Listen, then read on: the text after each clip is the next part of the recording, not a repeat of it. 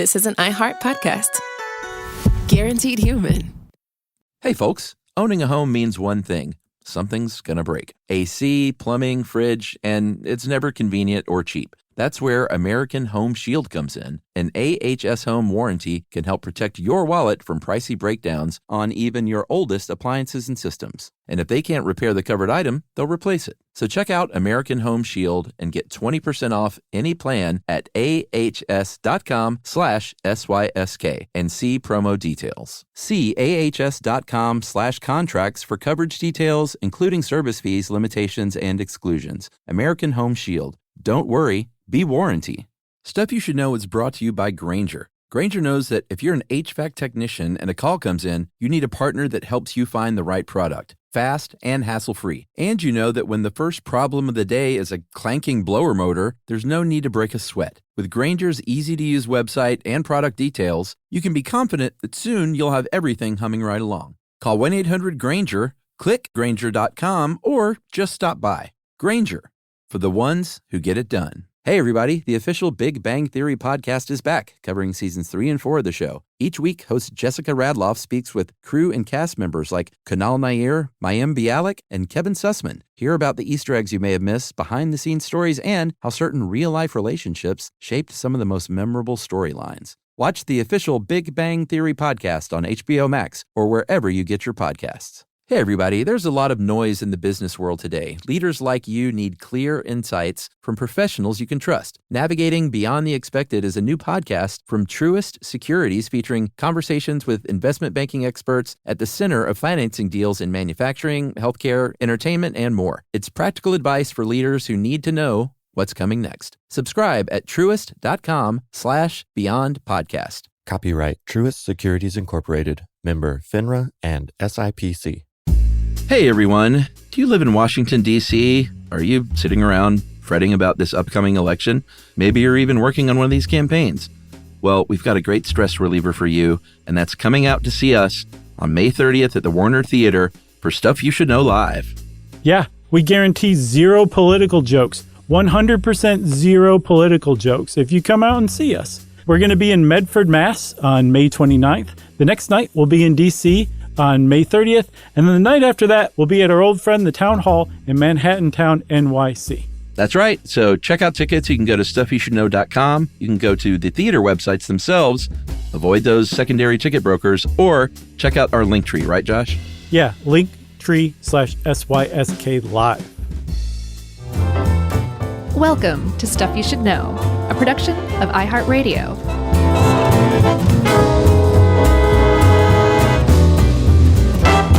Hey, and welcome to the podcast. I'm Josh, and there's Chuck and Jerry's here too, and it's just the three of us, Oscar the Grouch in it, here on Stuff You Should Know. Yeah, I think there may be one more in this sort of semi-suite that we've been tackling over the years, which is to say the operations of New York City. It's fascinating stuff. I love it because every time I'm there, I'm like, God, how do they deal with all this trash and deliver all that mail? So if mail is interesting enough, I'm going to do a little research and see if New York City mail is worth its own deal. Okay. We did one on the USPS before.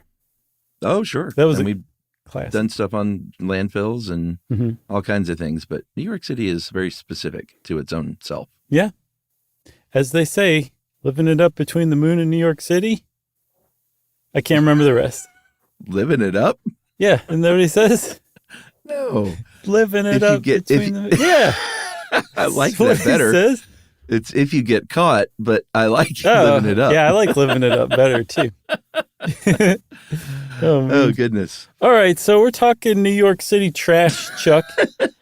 I didn't ever really give much thought to it. I've been to New York plenty of times and been like, wow, there's a lot of trash everywhere all the time. Yeah. Some of it in bags, some of it on the street, some of it in overflowing trash containers. But it turns out that it is an enormous issue and has been an ongoing and very long-standing issue in New York.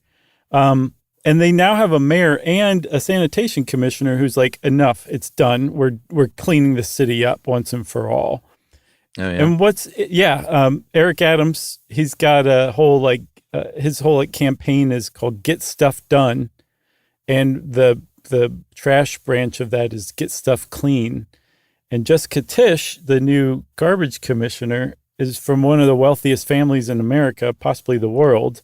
Oh, wow. But who's decided to dedicate her career to civil service, specifically in New York. So she's worked in a few agencies, and now she's the head of the sanitation department, the DSNY, and is basically just like steamrolling through with new changes and just being like, oh, I don't care. That's the way you used to do it. Apparently it's wrong because it didn't get it done. We're doing it this way now. So they're actually making huge, enormous changes by leaps and bounds that seem like they actually possibly could clean New York up in the next couple of years. Do you know how the Tisch family, what their deal is? What their deal is, like how they communicate Thanksgiving? Well, no, you said one of the wealthiest families in the world. I was kind of curious. Oh, I get what you mean. So what from or whatever? Her father is the CEO of like the Lowe's theaters, the Lowe's hotels. Apparently they own a distilling brand, like the parent company's the CEO of the parent company. But I have a feeling like her family is like legacy wealthy. That's my impression. Yeah, New York, NYU has the Tisch School of Arts. Right. I'm sure it's the same family. Yes, it is. As a matter of fact, there's a really interesting profile on her and the New York sanitation department in the New Yorker, of all places. And they rattled off like 3 different things that are named after her family. So yes, they've been around for a while. But apparently that's pretty cool. She's like, I'm incredibly wealthy, but I'm going to go, work my way up in New York bureaucracy, It's really pretty incredible. So should we go back in time? Yeah, let's. Yeah, we talked before about what old New York was like. And when you see movies about old New York, they might grunge it up a little bit. Like Scorsese's Gangs of New York probably did one of the closest, truest depictions of early New York and just kind of how disgusting it could be. Right. And we've talked about the amounts of manure from horses on the sides of the street. But it was really, really gross. New York was a disgusting place back in the day. They did have a law, and this show's kind of got it all. It's got like amazing facts of the episode. Mm-hmm. Right off the bat, we have a great album title, which was this law from the 1650s that banned tubs of odor and nastiness. If that's not like a Stooges album title or something, I don't know what is. That's good. But it was gross. I think the first fact of the podcast for me is that about 20% of Manhattan, or really the whole metro area, is built on land that didn't used to be there. It's literally land that came from garbage fill, from construction debris, dirt from the subway project. Like Lower Manhattan in particular just kept growing and expanding in size. And here's another fun fact on that. Ellis Island is 28 acres now. It started out as 3 acres. Oh, wow. It was literally built from, I guess, just waste. Yeah. Because, I mean, if you think about it, if you just go dump one load off of an island, you just littered. But if you keep doing it, you're developing the land. It becomes art. Yeah. You just got to stick with it, and eventually it becomes an okay thing, right? Yeah, it's really pretty incredible to think about that. There are overlays that show how Manhattan, Lower Manhattan grew just from dumping stuff. Oh yeah, I'll bet there's pretty cool maps like that. I love that kind of stuff too. Like I love walking around and being like, what was this building originally? What used to be here? I ask that out loud sometimes, and people just the building never answers, does it? No. So this is not the first time under Eric Adams and Jessica Tisch that a New York administrator has tried to clean the city up. Plenty have tried, but the last truly successful one was in the century before last. A Civil War, I think, a Union colonel named George Waring, who became the head of the Department of Street Cleaning, which is what the sanitation department was called back then. And he cleaned up the city starting around 1895, but he was not the first head of the Department of Street Cleaning. That department was almost 20 years old by the time he came along, but it had just basically been a place where Tammany Hall and the political machine gave jobs to supporters, political supporters, and it was like, you don't need to show up to work, you're still going to get a paycheck kind of thing. Yeah, I mean, they either did that or they outright just stole money that was allocated for those cleaning up projects to begin with. I saw a name back then in the 1800s that the sludge of just manure and garbage and cess. Is cess a thing, I guess? Cess is the best. The pool, I know cesspool is a thing, right. But is cess the thing in the pool? I would think so. All right. Anyway, they called this sludge that lined the streets corporate pudding. So gross. Because I guess it was just, it wasn't getting cleaned up because all that money, like I said, was either stolen or reallocated and to cronies. There's someone named Robin Nagel, who's an NYU professor, who it's an unpaid position, but has basically worked as the unsanctioned, unsalaried anthropologist for the sanitation department of New York, and just has an incredible amount of knowledge about this stuff. Yeah, we've talked about Robin Nagel before, and George Waring, and the changes he made. So supposedly you can look at Harper's Magazine between 1893 and 1895, and it's like George Waring came along and waved a magic wand. Like the difference is so distinct. Like he created kind of like a military type institution hierarchy. He outfitted his people with white outfits designed by Jean-Paul Gaultier and pith helmets. And they went around and they cleaned up New York. And apparently they throw parades for him once in a while because they were just so successful and loved and revered because they did such a good job. But you can see the difference between these photos in Harper's Weekly that Robin Nagel has. And I think we talked about all this in the Typhoid Mary episode. I think it was in the beginning of that one. That makes sense. I'm pretty sure that's where it was. Yeah. I imagine George Waring came in on day one and was like, for starters, how about you get that dead hog off the side of the road? Somebody's like, genius. He was famous, by the way, for designing the Memphis sewage system after the Civil War, before New York. And they're like, hey, you did such a good job, working out the sewage, I guess, in Memphis. Come on to New York because we have sewage in the streets. Nice. He worked his way up. Yeah. If you can make it in New York sanitation, you can make it anywhere with sanitation. Believe me. So as things were going, they had landfills that came along, obviously, but a lot of the trash was handled by incinerators, still is, to great controversy, as we'll get to later. But a lot of these smaller apartment buildings had their own incinerators. They would just burn their trash. The city was like, this is an air quality nightmare. I can't imagine. So let's ban these things. And I thought it said 1889, but they were banned finally in 1989. Yeah. That tracks. I mean, it wasn't until the 90s that New York really started to kind of turn around some. No, that's true. So one of the other things they did, aside from banning individual buildings having incinerators, which just seems like madness in retrospect. Right. You know what I mean? It kind of does, yeah. They also started slowly shutting down the landfills that were within the city limits. And finally, the last one, Fresh Kills on Staten Island, was famously shut down in 2001. And the one of the reasons it became famous is it was the landfill that accepted a lot of the waste from the Twin Towers after the World Trade Center attacks. And that was it. It's kind of fitting, you know what I mean? In a really weird, bittersweet, poetic way. Yeah, like a turning of the page. I guess so, yeah. But that was it. So the thing is New York still has tons of trash that they accumulate every day. I mean, just as we'll see, a mind-boggling amount of trash is generated by New York every day.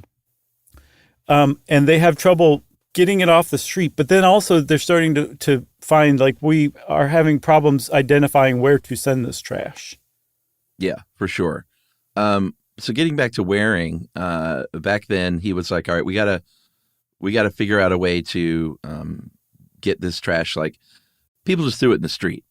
And Waring was like, that's not a good system. I don't know if anyone's noticed, but just throwing your trash literally out of your window sometimes of your apartment isn't the way to go about things if we want to live a healthy life as a city. Mm-hmm.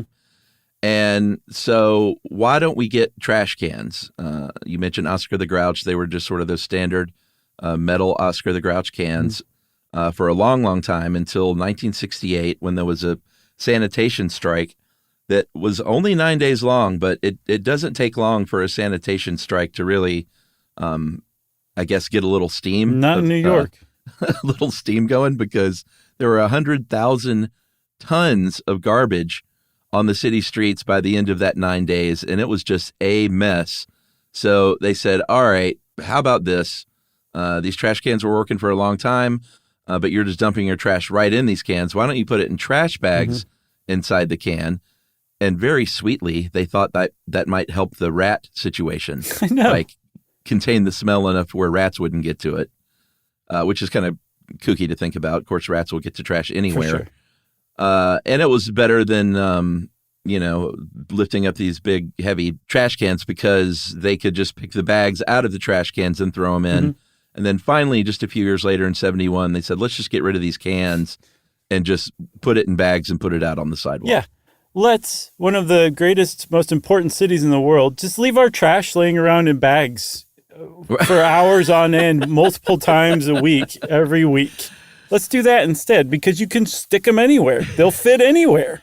Yeah. And that's one of the challenges that New York has is it lacks a lot of the alleys and a lot of the little alleys I think is good enough to where people in other cities store trash cans and trash bins like sane people. So instead, they have to use these trash bags and basically tuck them wherever they can, kind of out of the way, and very frequently not out of the way. You have to walk around them on the sidewalk pretty often, too. So that is that's the state of New York trash collection now. People leave their trash out in bags on the sidewalk. The sanitation department workers come along and pick up the bags and throw them in the trash manually, throw them in the garbage trucks manually. And this is staggeringly behind the times. Like garbage technology has advanced by leaps and bounds since then. In New York, just because of some of its unique characteristics and traits, has had a really hard time implementing them like other cities have. Yeah, absolutely. But like you said, there's good news on the horizon. You want to take a break now? Yeah. All right, we'll take a break. Good little setup. And we'll come back and talk about just how much trash there is right after this.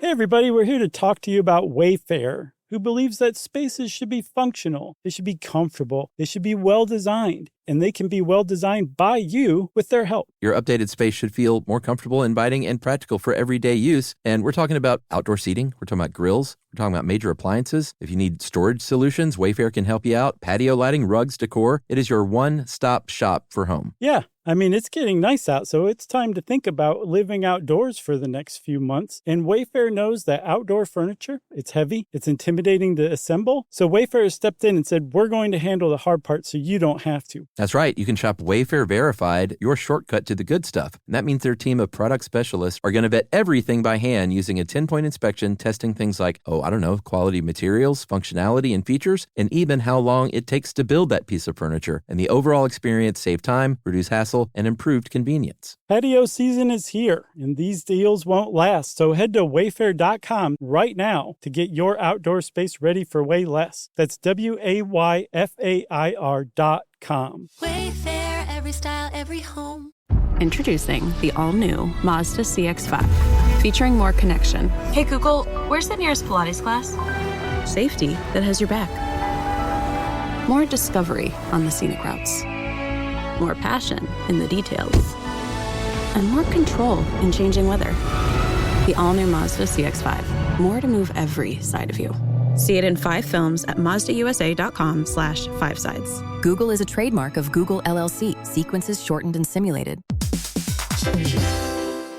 Dell PCs with Intel Inside are built for the moments that matter. For the moments you plan and the ones you don't. Built for the busy days that turn into all-night study sessions the moment you're working from a cafe and realize every outlet's taken. Yeah, the times you're deep in your flow, and the absolute last thing you need is an auto update throwing off your momentum. That's why Dell builds tech that adapts to the way you actually work. Built with a long-lasting battery so you're not scrambling for the closest outlet, and built-in intelligence that makes updates around your schedule, not in the middle of it. That's right. They don't build tech just for tech's sake. They build it for you. Find technology built for the way you work at Dell.com/Dell PCs.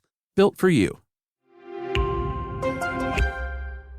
Everyone knows winter is the real mess maker. You don't need WeatherTech floor liners for summer unless you hit the beach and half the beach ends up back in your car, or the campsite dirt ends up in your trunk. Then you'd want a cargo liner, or a road trip goes sideways, lemonade spills, ketchup goes rogue, ice cream drips. Yeah, you'd be pretty happy about those WeatherTech seat protectors. So just to be clear, as the mud you're inevitably going to step in this summer, you don't need WeatherTech unless you plan on doing summer. Visit WeatherTech.com today.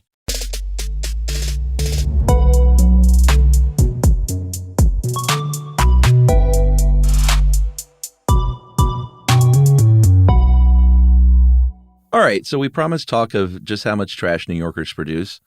I don't think, like, per person, they're creating an exceptional amount of trash. Not picking on New Yorkers. Sure. There's just a lot of people there. 800,000, more than 800,000 residential apartment buildings. Mm-hmm.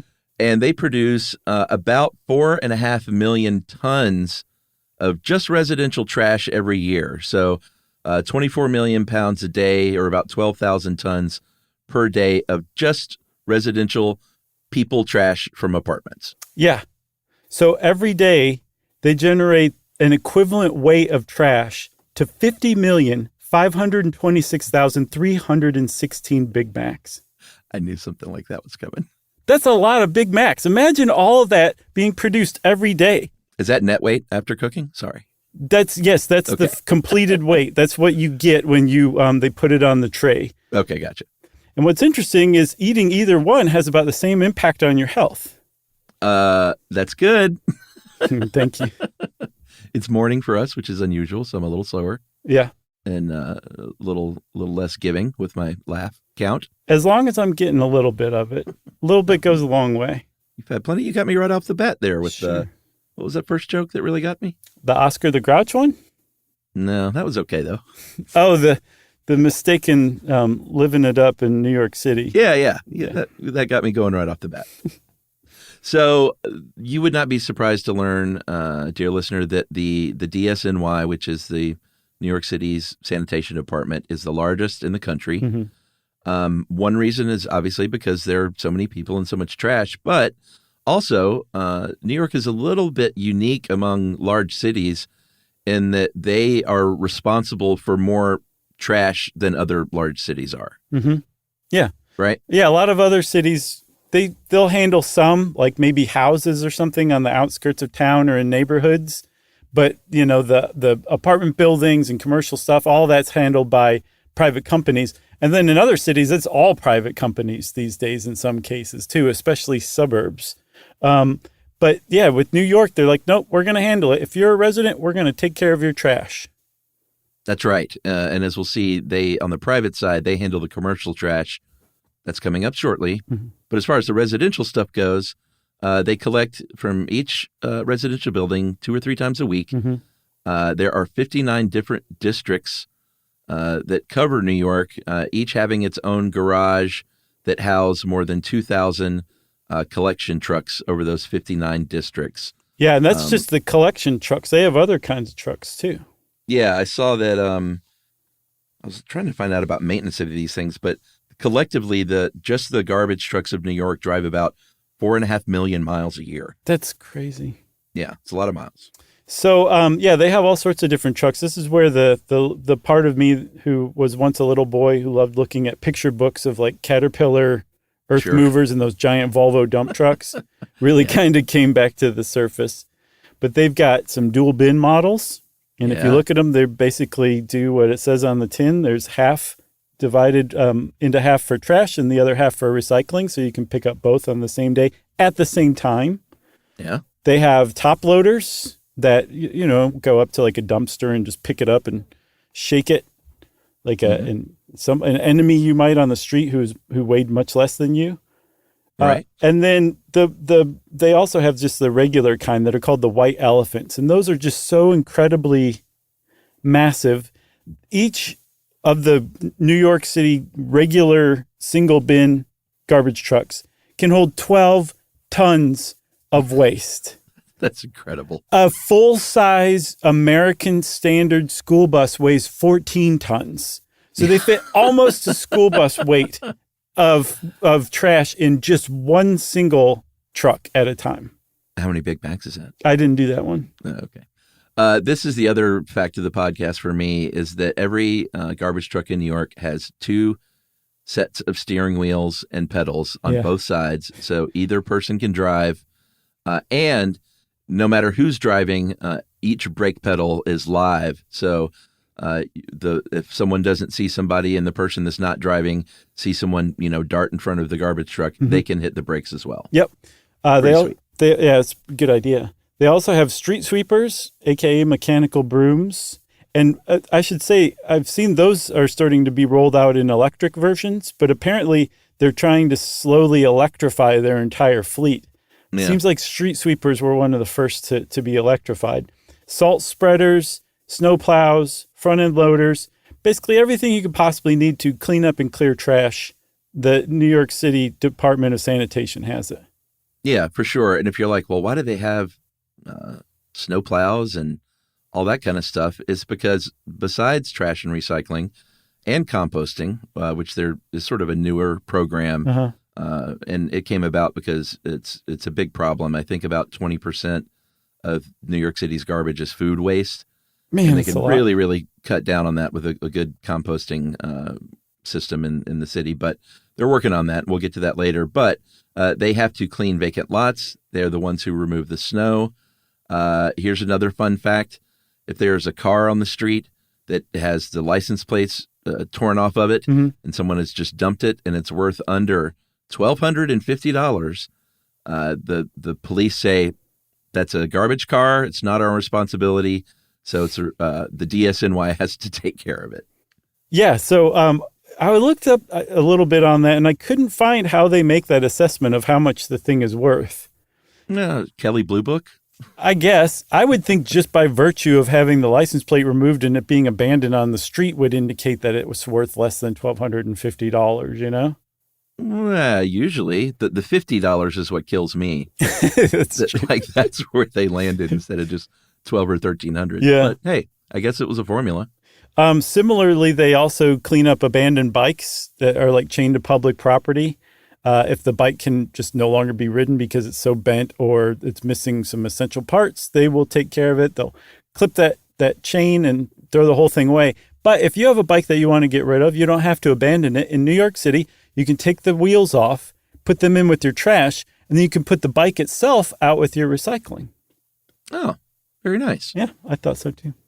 And as if that wasn't enough, last year in 2023, Eric Adams, the mayor, said, all right, you also now have to regulate and enforce street vendors. You got to clean up the highways and take care of the graffiti in New York. And I'm sure they were like, great. It's not like we didn't have enough to do already. Well, what's interesting is that's creating a lot of grumbling because there's a lot of jobs from other agencies that are just being taken. Oh, I'm sure. And the justification is like, hey, you're doing other stuff. You have other stuff to focus on. So this part has become kind of low priority. So it makes sense the Department of Sanitation would clean up graffiti. We're cleaning up the whole city. And apparently there was a backlog of 1,000 requests for graffiti removal. They cleared 800 of them in 1 month. So they're doing some amazing work there. That's awesome. I mean, I like good graffiti, like graffiti art. Yes. So if you're a resident of New York, you put in a request for graffiti removal. You can also request that graffiti be left alone. And there's like this whole procedure and process. But they give you like a certain amount of time between the time you say, I want this graffiti removed, and then the time they come out, I guess to give you a chance to really think about whether you want it removed or not. And then they'll remove it. Yeah. Like, do you want the vulgar tag just spray painted across the front of a business removed, or is it art? Exactly. Depends on who did it. I guess so. 8,000 sanitation workers total, 2,000 other employees. So I guess that's 10,000 total, but 8,000 actual, sort of, bag slingers and cleaner-uppers. They're known as New York's strongest. They are 90% male right now. So props to that 90%, and really props to that 10% of these ladies that are getting in there and getting their hands dirty, because it is tough, dangerous work. Yes. So one of the reasons that it's particularly dangerous for sanitation workers in New York is, again, because they use bags. They're not in cans. If you've not been to New York, just imagine bags of trash just piled everywhere. The problem is when they're grabbing them and throwing them in the truck, they're probably trying to avoid garbage juice, which is a very distracting thing. It's very gross. It's rarely harmful, but you don't want it on you. But it can distract you from things that can harm you, from like some rusty, sharp thing poking out of the bag that you put your hand on.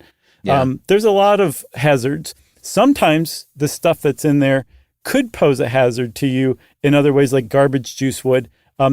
There was an article I found from 1996 where a sanitation worker named Michael Hanley died because some jerk threw hydrofluoric acid away in with the regular garbage. And when it was compressed in the hopper, it exploded and Hanley inhaled it and died basically on the spot.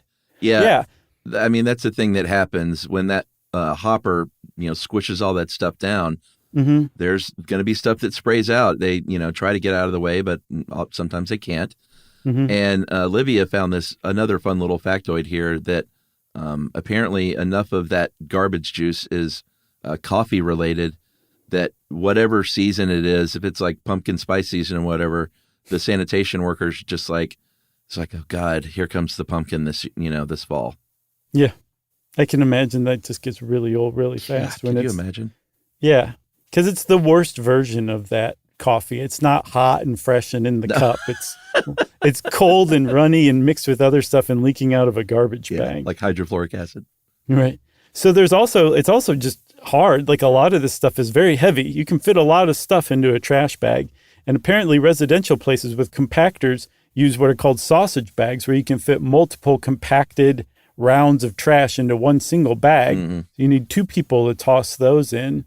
And then the cans, they're also in charge of the cans, right? Like I think those little very famous kind of mesh wire New York City trash cans that open like a door, I think, at the base. Yeah. Am I making sense here? Sort of. Just street corner trash cans. Let's just call them that.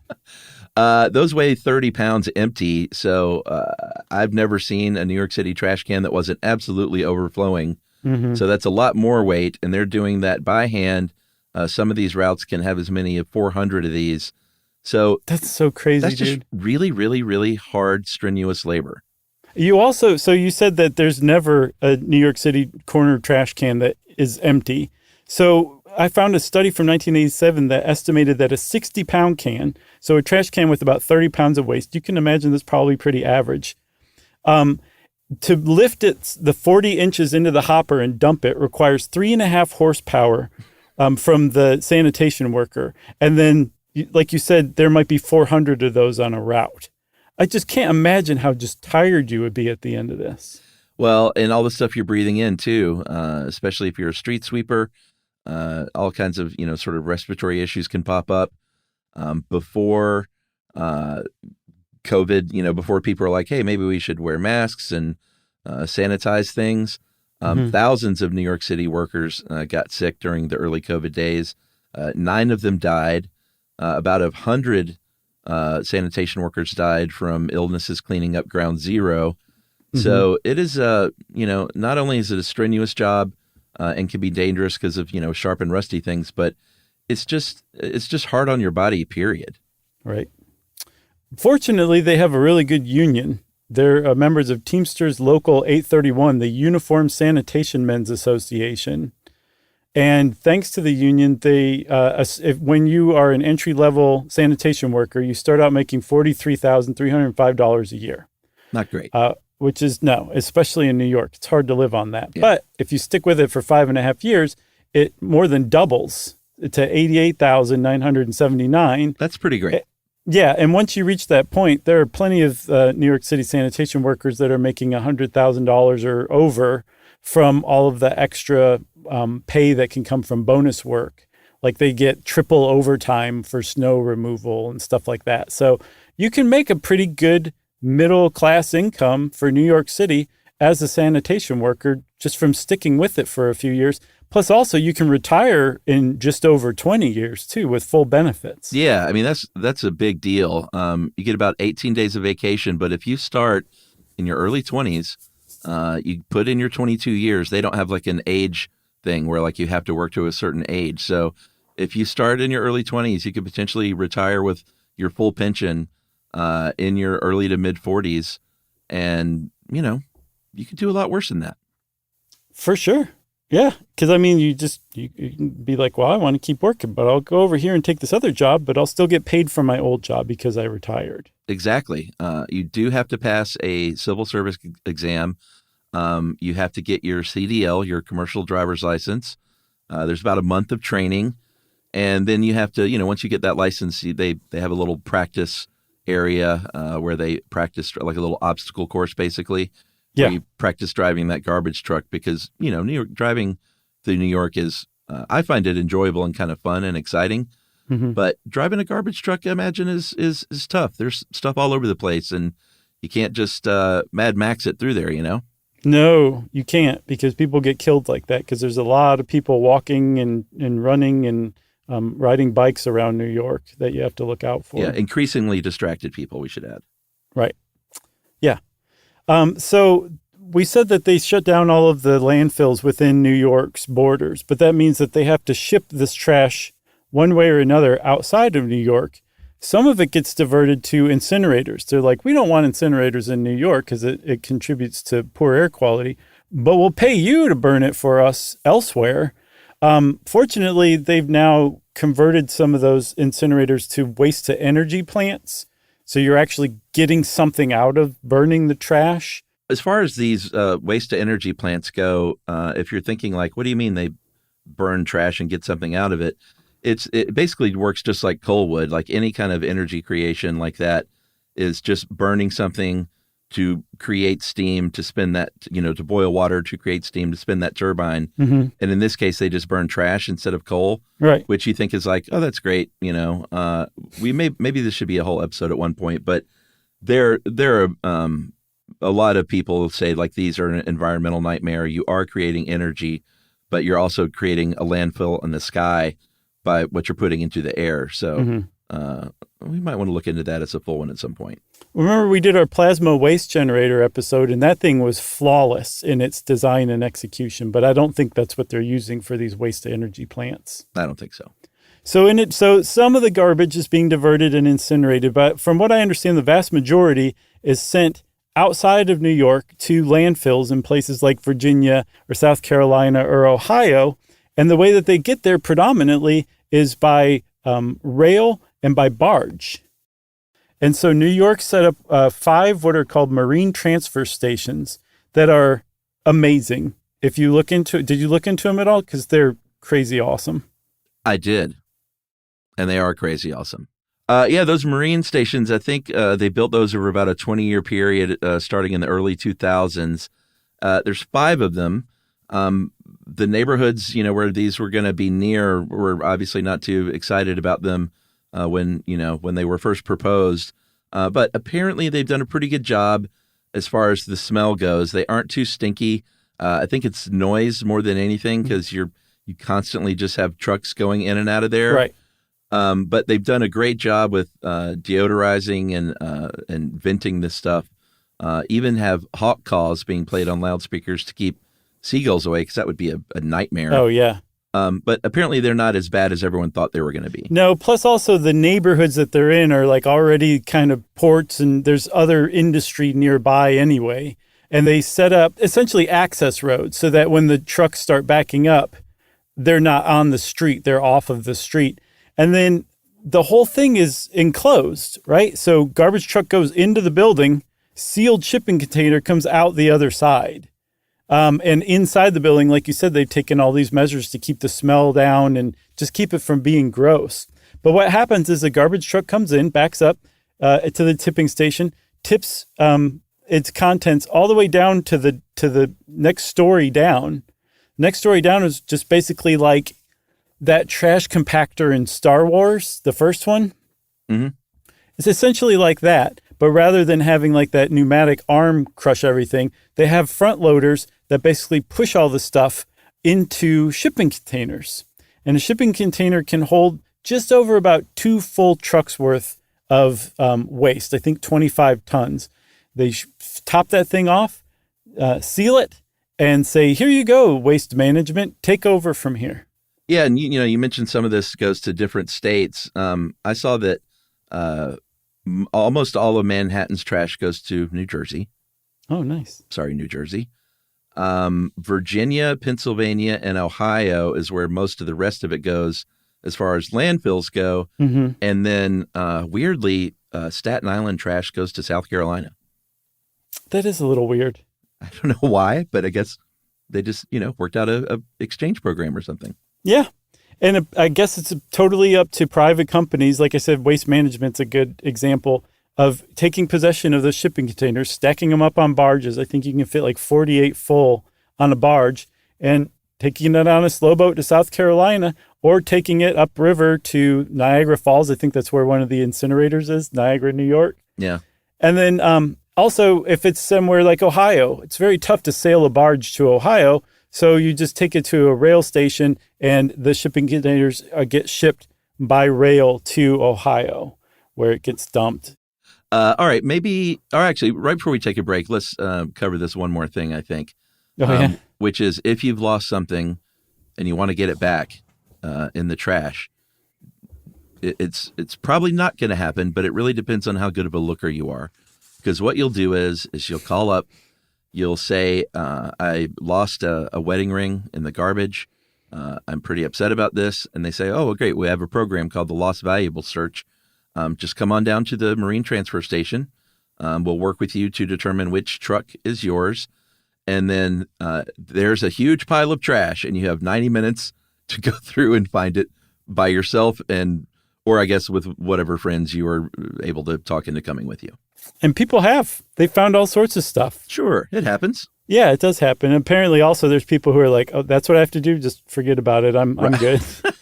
Thanks anyway. Yeah, I'll get a new wedding ring. So let's take a break, and we'll come back and talk about some of the shady business that goes on in the private industry. All right, cool.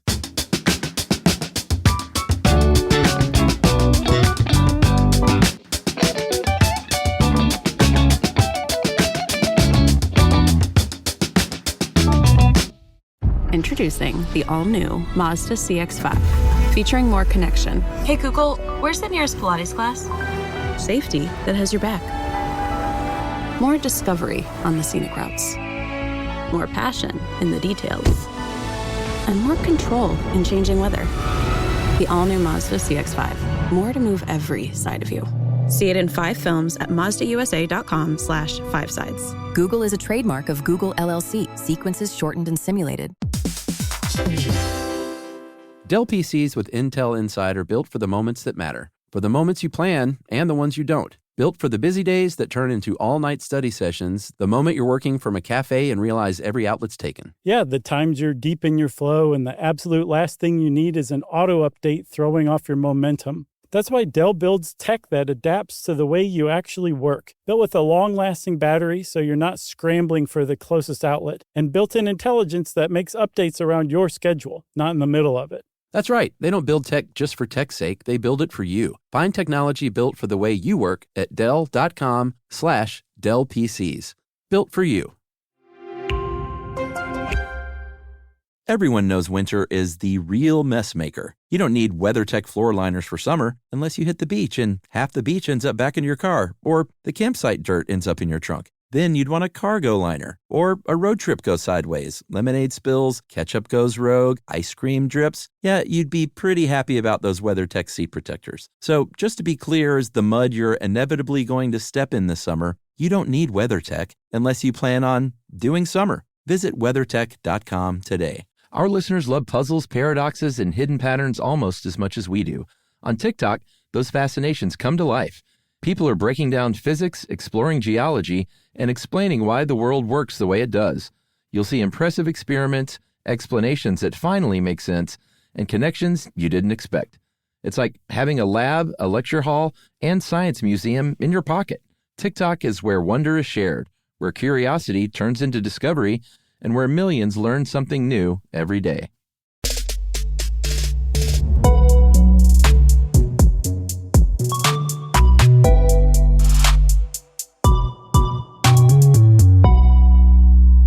Okay, Chuck. So we said that the city picks up residential trash, but for the most part, commercial trash like stores, office buildings, industry, that's handled by private companies. Yeah. And that's not actually new. That goes all the way back to, I think, the mid to late 50s, 1957, I think, when the city was like, hey, we could use some help collecting trash. How about private companies get involved? And the mafia sat up and said, yes, let's do that. And apparently the Gambino and Genovese crime families were really big into what's called carting. It's private trash collection. Yeah. For decades, it was extraordinarily corrupt. And finally in the 90s, New York did something about it, got the crime families out of the carting business, but the companies are like no less shady than they were before. And they're just shady in different ways. Whereas before they were screwing over the customers, now they're screwing over the workers. Because back then, at least they were mob run, but they were in really good unions. And as these private companies came along, they don't have very good unions. So I saw somewhere that a worker at a private company today makes less as a driver for a truck than a helper made in 1985. Wow. $16 an hour. They make less than that. 1985 to 2016. Isn't that crazy? Yeah. That's what happens when you have a union that's good that goes away in favor of a union that's bad and that's in cahoots with the ownership. Or if there is no union at all, which is the case sometimes. True that. Wasn't Tony Soprano in sanitation? Or didn't he say he was? Yes, he was in carting. Yeah. I remember that. I also remember when I lived in New Jersey, the Italian, I'm not saying it was a mafia truck because that would be wrong to assume, but whoever picked up our trash had a big Italian name on the side of the truck. Yeah. And it was during that time of The Sopranos where I was kind of like, what's going on here? Oh, you know what's going on there. But supposedly that was after they cleaned things up. Although that was Jersey, huh? So yeah, they probably didn't. That was probably mafia run. Well, and it was also mid-90s, so I think they were just like, that's when they were cleaning it up. Gotcha.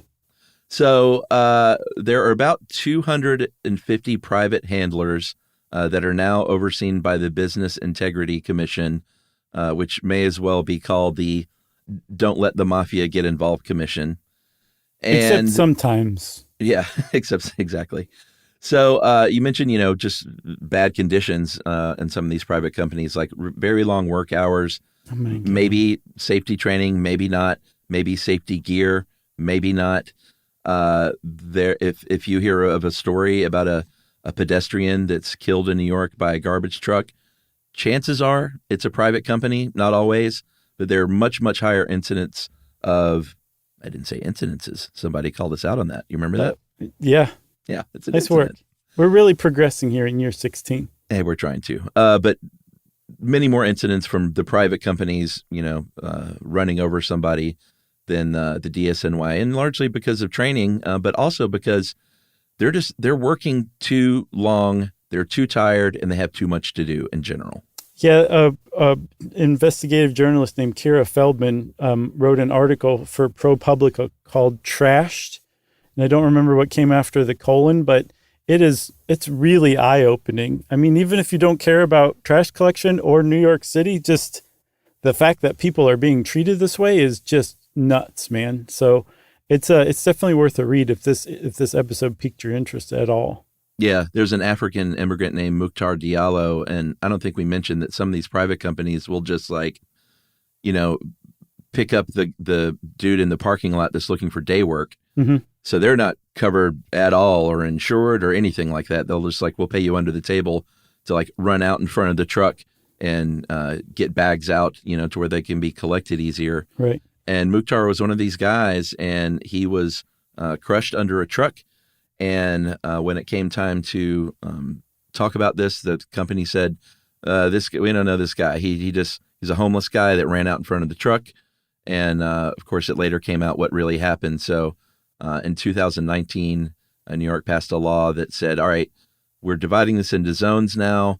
There can be no more than 3 companies picking up in each zone, just trying to sort of rein in the chaos a little bit. Right. And you have to, if you want to do this, you have to sign a contract that meets certain standards of safety and working conditions. And it's, it's kind of being implemented now. So it is still currently changing for the better. Yeah. And you mentioned all the miles that the DSNY travels just on their routes every year. These commercial haulers might be driving from one spot to many, many blocks over to the next spot. Yeah. And just wasting so much time and burning so much gas. Whereas if it's like there's only 3 companies in this one quadrant, they're going to be driving a lot less, and they're also going to be burning a lot fewer fossil fuels and releasing fewer emissions too. So it's altogether a pretty good plan. Of course, the companies are like, can't do that. Like, what about competition? But New York's not really listening, apparently, and that's what's happening right now. And that's just part of this larger push for reforming the whole place under Eric Adams and Jessica Tisch. And one of the big ones is getting rid of the black bags in favor of containers, like the same plastic bins that you see in basically every other city in the world in one way, shape, or form or another. New York's finally being like, we're going to get in on that. Are they black bags? I think they were blue. There's blue, too. Oh, okay. Yeah, they have all different colors, but there's definitely blue as well, yes. Okay. I wasn't sure. It's been a while, but I just have a visual in my head of like mountains of blue bags on trash day. And if you've never been to New York at all, or you haven't been many times, you would probably be shocked to come out on trash day on a hot summer, rainy trash day, because it's quite a sight and quite a smell. But like you said, they're moving toward bins. Just a few months ago, in February of this year, they said, all right, here's our new plan. We're going to get, if you got a smaller apartment building, you're going to have those little wheelie bins like almost every other city in the United States.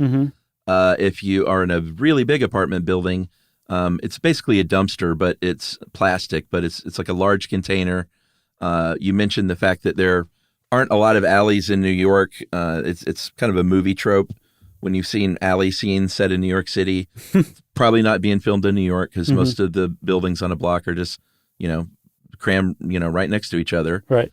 So these dumpsters have to go somewhere. And they said, all right, we'll make them small enough to fit in a parking spot. We'll lose 150,000 parking spots all over the city. But we have to do it. And it'll also help us reclaim some of this sidewalk space that we're losing.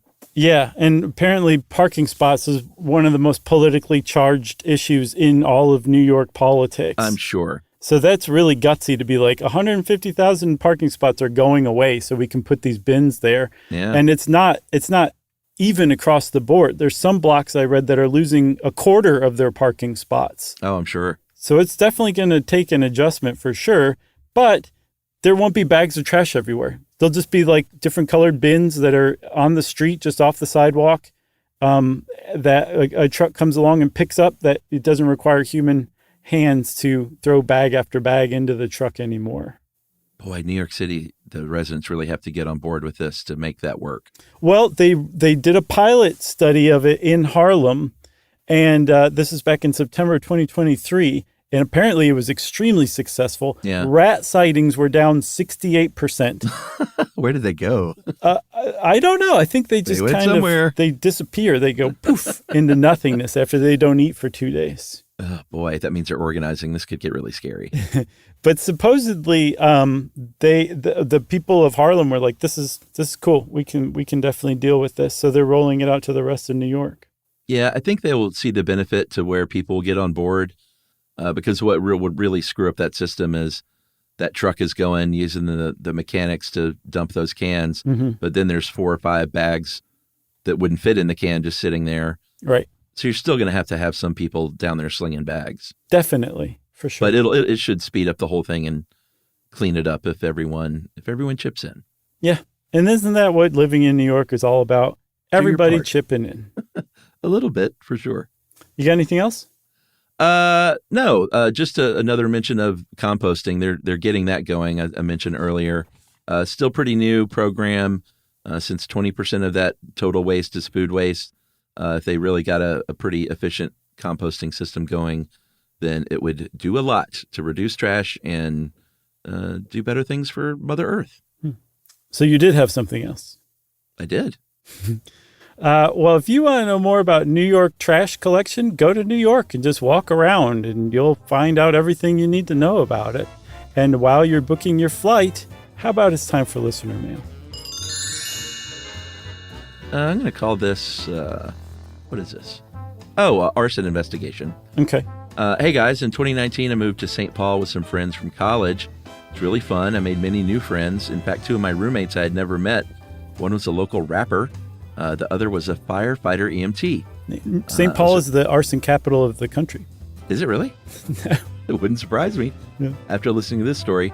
This guy said it was a glorious era of my life filled with healing, fun, and young adulting. Nice. Within a few months, I got a job at a discount movie theater. And I was working one day when the theater got a call from our boss and said, hey, your house is on fire. Oh, my God. You should come by. So the firefighters walked me through the burning home. I saw no flames, but it was smokey. Went up to my room. Nothing was burnt there, which is great, but it did smell like a bonfire for about a year after that. Man. Everyone was gone at the time, so nobody was hurt. About a month later, my landlord / boss, same person, which is why that sounded weird earlier, mentioned that there was a big break in the fire investigation, but made me do a little work to figure out who it was.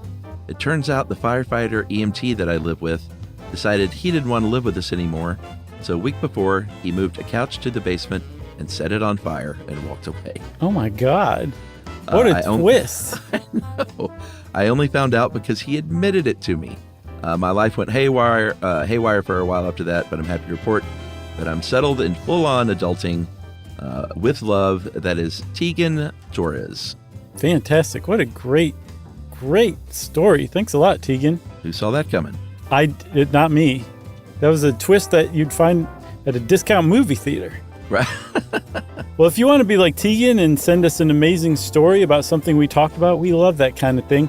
You can send it via email to stuffpodcast@iheartradio.com. Stuff You Should Know is a production of iHeartRadio. For more podcasts from iHeartRadio, visit the iHeartRadio app, Apple Podcasts, or wherever you listen to your favorite shows.